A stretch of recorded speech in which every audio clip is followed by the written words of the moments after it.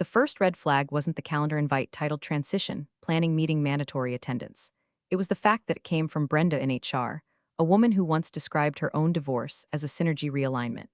I knew something reeked the moment I stepped into that sterile conference room with the two bright LEDs and a pitcher of water sweating like it knew what was coming. Tom was already there, pretending to look busy on his iPad, probably playing Sudoku while trying to look like he understood how firewalls worked. I built that system, my system, from the first insecure Wi-Fi router all the way to the biometric lock on our private server room. I gave it teeth, claws, and manners. It was lean, mean, unhackable by anyone who didn't have my specific paranoia. And yet here I was, being told my role was no longer aligned with the company's forward-facing strategy. Translation, they wanted someone younger, cheaper, and dumber who wouldn't ask why Brenda still printed out her emails. Tom leaned back in his chair like he was about to pitch a TED talk on betrayal. Jessica, he said with that smirk that made me want to install a malware worm on his toothbrush, we're reimagining the architecture of our internal operations. He said it like I hadn't been the architecture. Brenda, sitting next to him in her oatmeal-colored power blazer, nodded like one of those dashboard dogs. We really value your contributions, she said, but it's time for us to pivot. Pivot my ass. They were shoving me off a cliff and calling it Career Parker. And look, I know how these things go. There's always some poor bastard who gets downsized, while upper management gives themselves back-padding bonuses for streamlining. I just never thought I'd be the one holding the severance packet. I'd eaten lunch at my desk for 6 years, missed my sister's wedding to troubleshoot a database crash, and even patched a zero-day exploit during a kidney infection. But I didn't cry. I didn't rage, I smiled. Not because I was okay, hell no, but because I knew something they didn't. The system didn't run on trust, it ran through me. I was the keystone. And in that moment, sitting there watching Tom adjust his designer glasses like a low-rent Bond villain, I made a quiet decision. I wasn't going to torch the place. No, I was going to lock it. They gave me 15 minutes of final access. That's 15 minutes too many if you're firing a paranoid security engineer with a memory like a vault and a petty streak a mile wide. I logged into the master admin panel, navigated to the root authentication node, and changed the one password that truly mattered. One key, one door, one lock, and then the cherry on top, I changed the password hint, not some cryptic riddle or string of nonsense. No, I made it poetic, the name of the guy you shouldn't have fired. Just vague enough to cause a panic, just specific enough to keep them guessing. And poetic justice for the man who spent years calling me kiddo in meetings while using my diagrams to impress board members. By the time I walked out of the building, box in hand, badge deactivated, and dignity trailing behind like a balloon at a kid's funeral, I felt hollow. Not angry, not even sad, just done. Burned out like a firewall catching its own spark. Also, real quick, if you're listening to this and you're not subscribed, help me out here. 97% of folks watch these but don't hit that little button.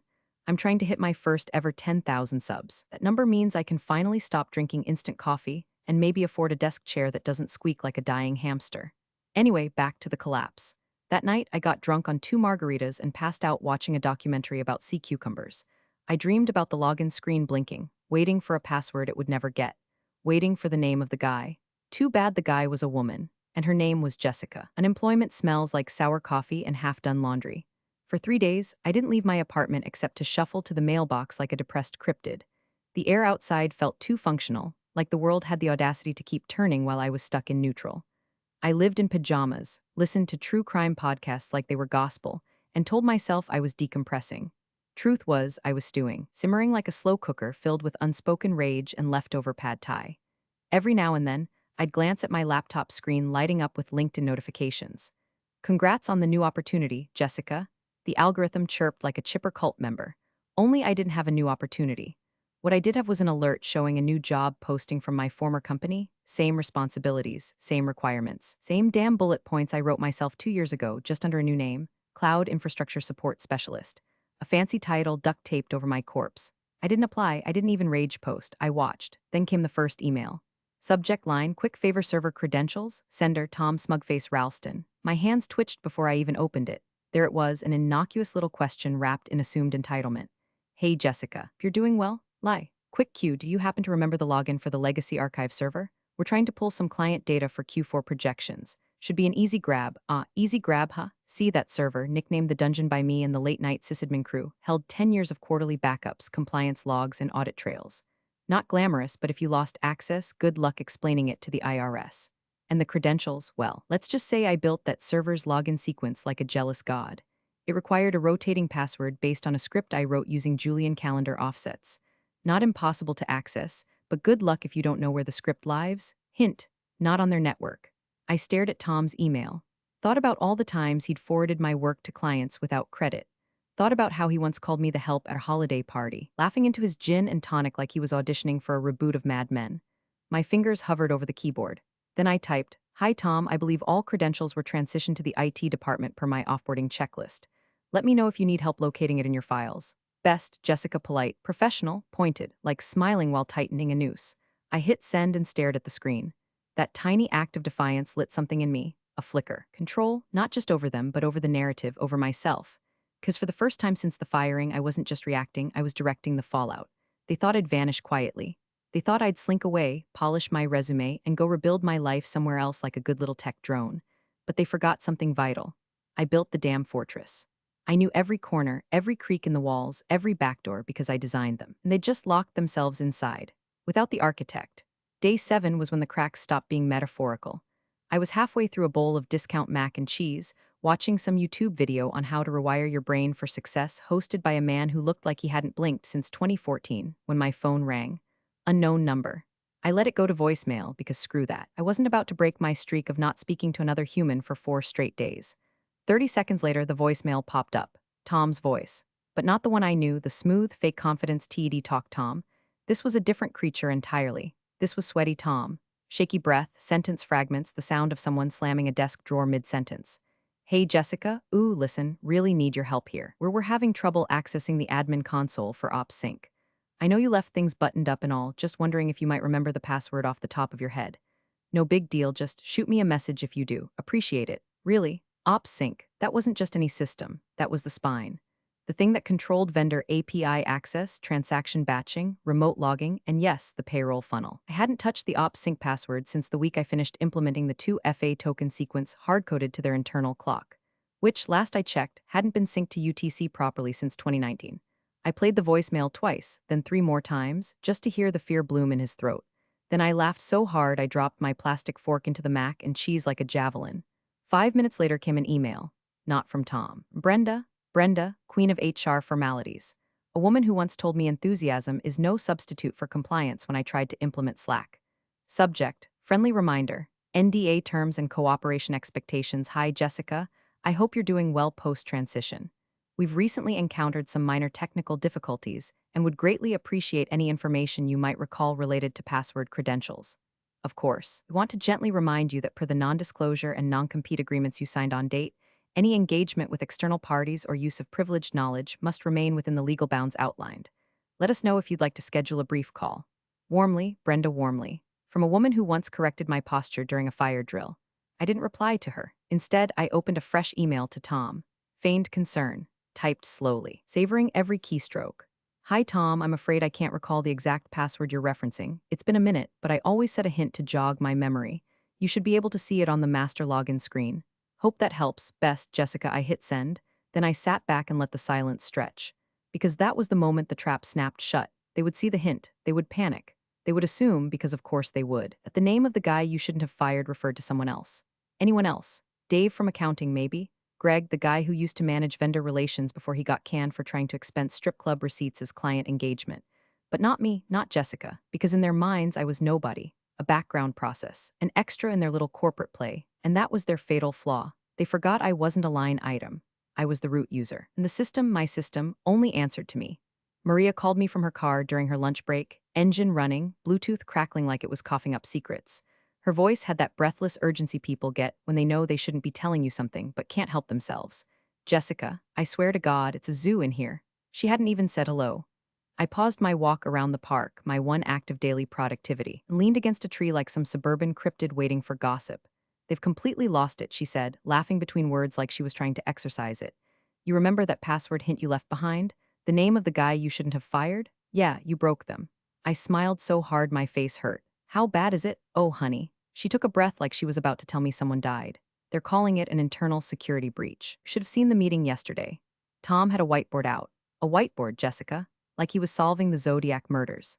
Now, understand, Maria doesn't exaggerate. She's the kind of woman who organizes her pantry by expiry date and once built a backup spreadsheet for the department's vacation calendar just in case. So when she told me that my former team was currently entrenched in a full-blown, which Hunt trying to decode the riddle of my parting shot. I knew it was real. They've convinced themselves it was Dave from accounting, she said. I blinked. Dave? Didn't he get let go 6 months ago for doing actual accounting fraud? Yup.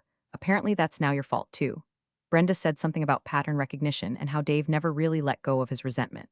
Like, what does that even mean? I could practically feel the beige conference room in my bones, the LED lights, the scent of cold Subway sandwiches, and the flop sweat of middle managers trying to project confidence while circling the drain.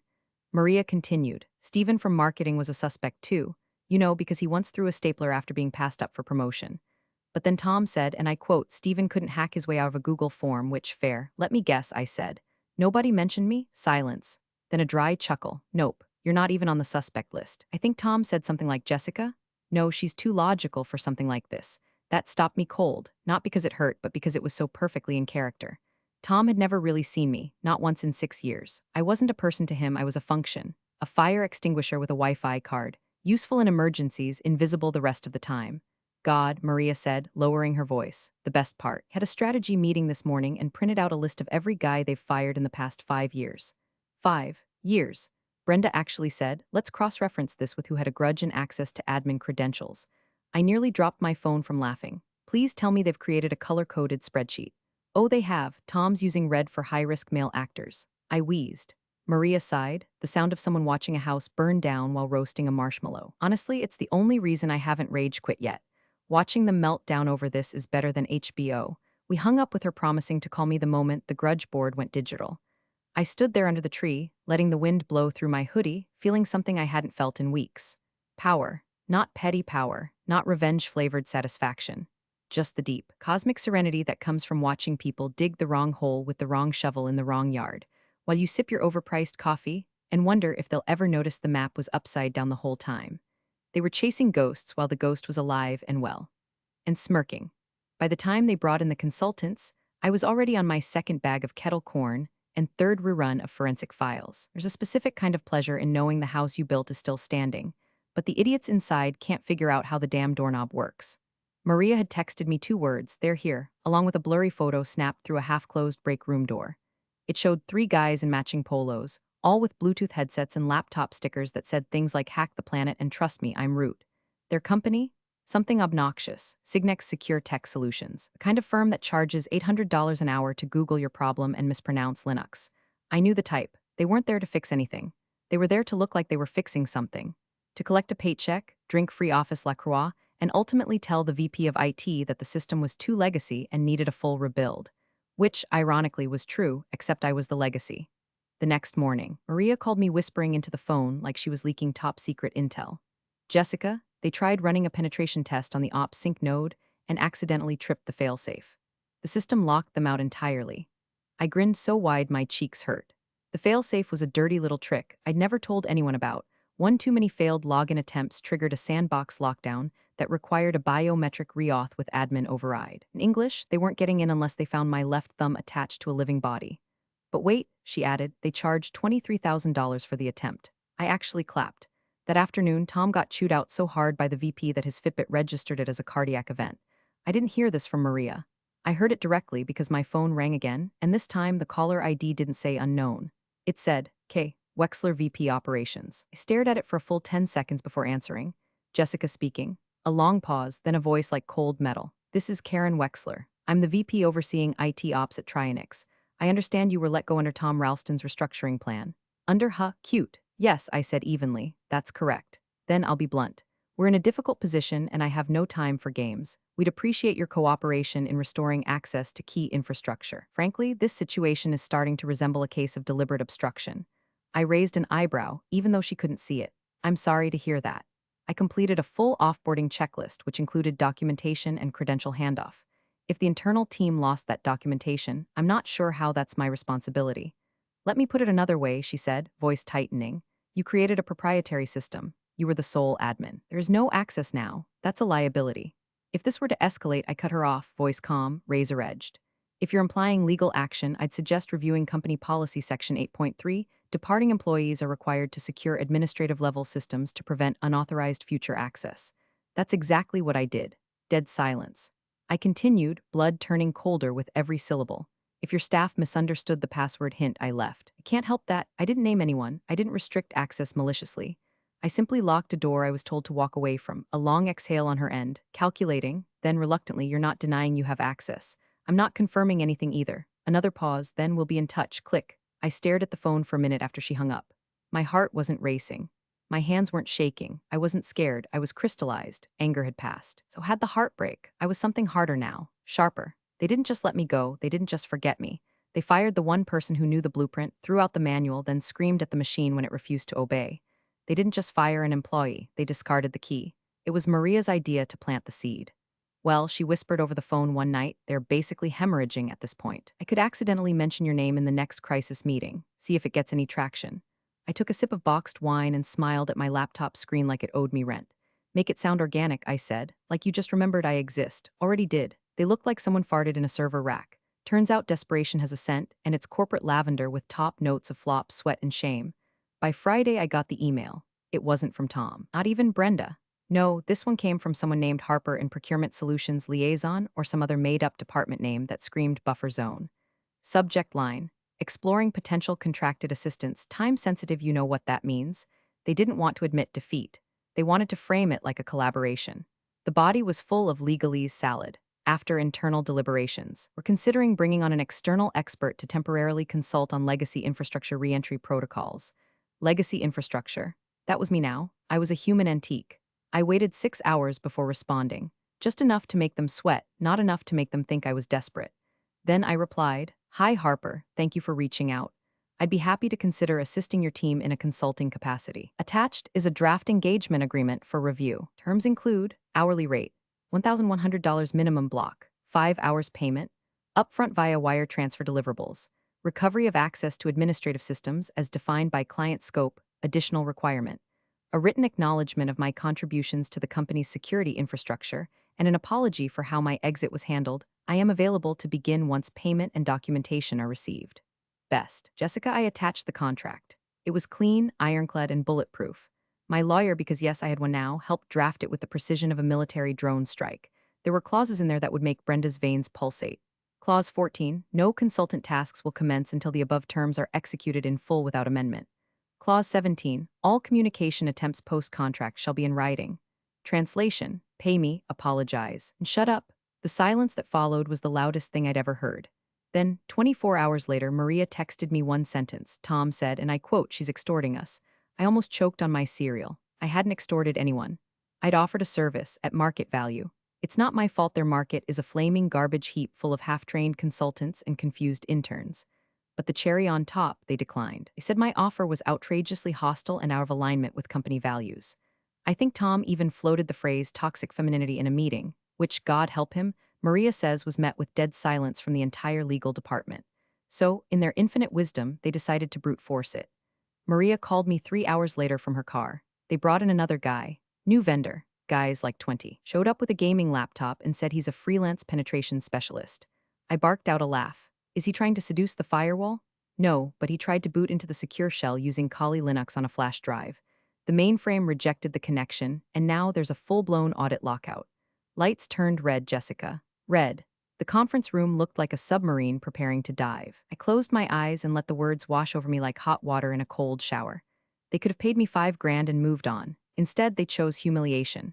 Again, let them scramble. Let them bleed money into consultants and tech bros who confuse HDMI ports with vulnerability exploits.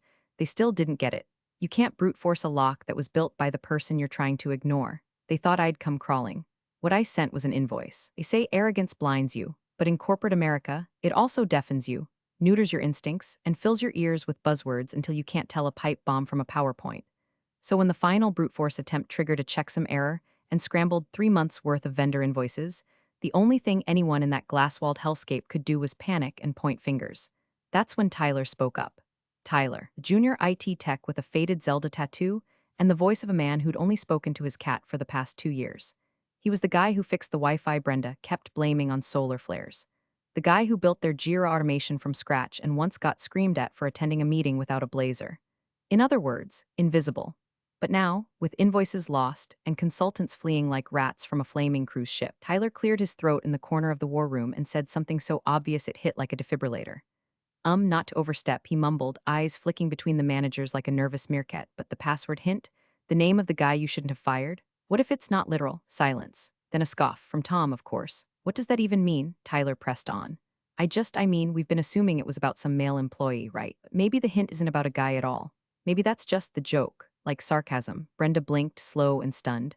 You're saying the person who set the password is the person we fired, but not a guy? Tyler nodded, almost apologetic. I mean, who else had root access? Who designed the system? Who was the last one in the admin panel? The air in the room shifted, a full degree colder.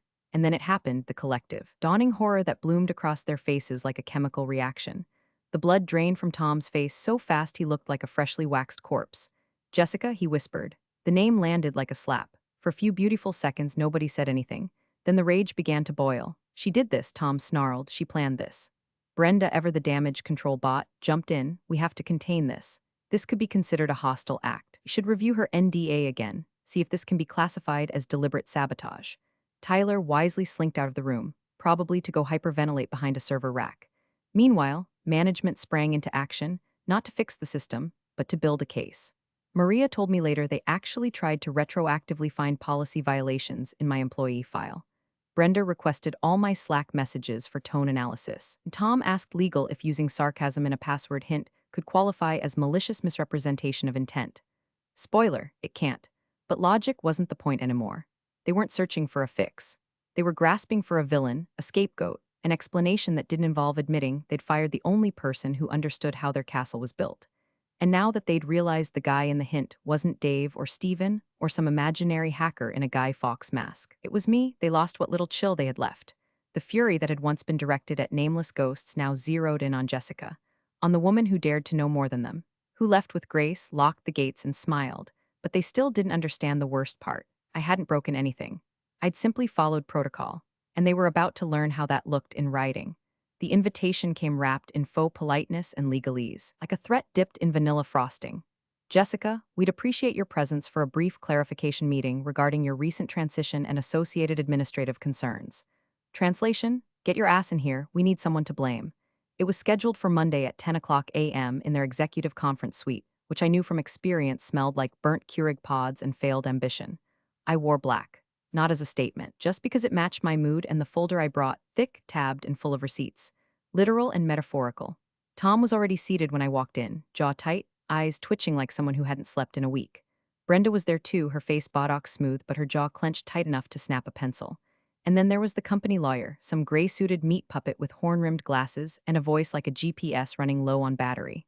I sat, smiled, placed my folder gently on the table like a bomb with the pin halfway out. Jessica, the lawyer began, we appreciate you coming in. We've reviewed the circumstances around your departure and subsequent system access issues. There are some concerns, serious concerns, that your actions may constitute willful obstruction of company operations.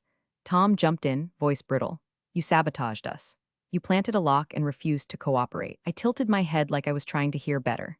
You mean the system lockdown that occurred after you brought in outside parties, who triggered a failsafe, I specifically documented in your admin onboarding packet?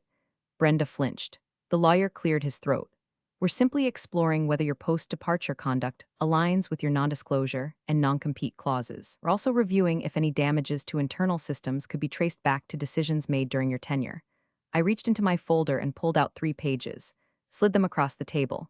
Here are copies of my last 3 annual performance evaluations, all signed by Tom. You'll notice phrases like mission critical, indispensable, and my personal favorite, security infrastructure visionary. Tom looked like he wanted to die. Next, I pulled out a printout of the company policy, Section 8.3 under Employee Offboarding Protocol. I read it aloud. All administrative-level employees must ensure that all systems, credentials, and access points are secured and transitioned per checklist. In the absence of a designated replacement, full lockdown is advised. I looked up. I followed procedure. There was no replacement. I secured the system. That's not sabotage. That's compliance. Brenda opened her mouth. I didn't let her. As for the password hint, I flipped to another tab. That was my standard practice. Cognitive tools to aid memory retrieval. I once set a hint that said, "What's that smell?" for a server called Moldy Cheddar. I have dozens of these. I leaned forward, just enough to make them uncomfortable. It's not my fault you couldn't solve a riddle that was never meant to be malicious. That's not obstruction. That's your failure to understand your own infrastructure. Lawyer stared at the papers, mouth set in a thin line. Then he asked with a trace of hesitation, "Do you still have access?" I gave a small, cool smile. "Not unless I'm retained. You declined my contract." Tom exploded. "You're holding the company hostage," I shrugged. If you fired your locksmith and lost the keys, is it their fault the doors won't open? Silence. Then the lawyer sighed, a deep, weary sound that said we're not winning this. Because he wasn't stupid. Could already see the headlines. Fired engineer blamed for IT collapse. She was paid to prevent company ignored security warnings. Blames woman who built the system. This wasn't just a PR nightmare. It was an open casket. Brenda broke the silence with a tight smile. Let's revisit the consultant contract. Perhaps there's room for flexibility. I stacked my papers and stood. There isn't, and I walked out. The wire hit my account at 9:07 a.m. sharp. I watched it roll in with a smile that felt like a scar healing in real time, clean, sharp, and permanent. $5,500 upfront, just to walk in the door. The contract had been signed the night before. Not negotiated, accepted. Every term, every clause, every requirement, including the part that made Brenda's lips curl when she read it out loud. A formal written apology, acknowledging the mishandling of termination and the consultant's critical contributions to infrastructure security. I printed it out on thick ivory paper and folded it carefully into my bag. When I walked into the building that morning, you could hear a pin drop. I passed the receptionist, new girl, didn't know who I was, and stepped into the belly of the beast like I was returning from the dead. No one said a word. Staff paused at their desks. Heads turned, eyes widened. A few jaws dropped. I kept walking. Maria caught my eye through a glass divider and mouthed, "Holy shit." I gave her the faintest nod and kept going, my boots clicking like gunshots down the hallway. Every step reminded them of what they'd lost, not just a person, but the person. The one who kept the lights on and the wolves out. The main conference room was already full. Tom sat at the far end of the table, pale and twitchy, chewing the inside of his cheek like it owed him rent. Brenda wore a smile so tight it could have cut steel. And across from them sat Karen Wexler, VP of Operations, looking like she'd rather be anywhere else but too proud to admit it. No one said hello. I walked to the head of the table, opened my laptop, and plugged in the encrypted access drive I brought. The screen lit up with the master login terminal, clean, elegant, and locked. Tom shifted in his seat. Brenda folded her arms. Karen stared at me like she was bracing for impact. I typed slowly, deliberately, JESSIC enter, a beat of silence. Then click. The screen melted open. System access restored, full administrative control. The keys to the kingdom, right back in the hands of the woman they tried to erase. I pulled up the back-end logs, confirmed nothing had been permanently damaged, and ran a diagnostic. All green. They'd been 2 clicks from total catastrophe, and I was the only one who could have stopped it. System stable, I said, flat and professional. Karen cleared her throat. We've also processed your documentation. Brenda slid a folder across the table like it was radioactive. Inside was the apology. Typed, signed, company letterhead and all. He acknowledged that Miss Jessica Lynn's termination was mishandled, and that her role in the architecture and maintenance of Trinix's digital infrastructure was both critical and foundational.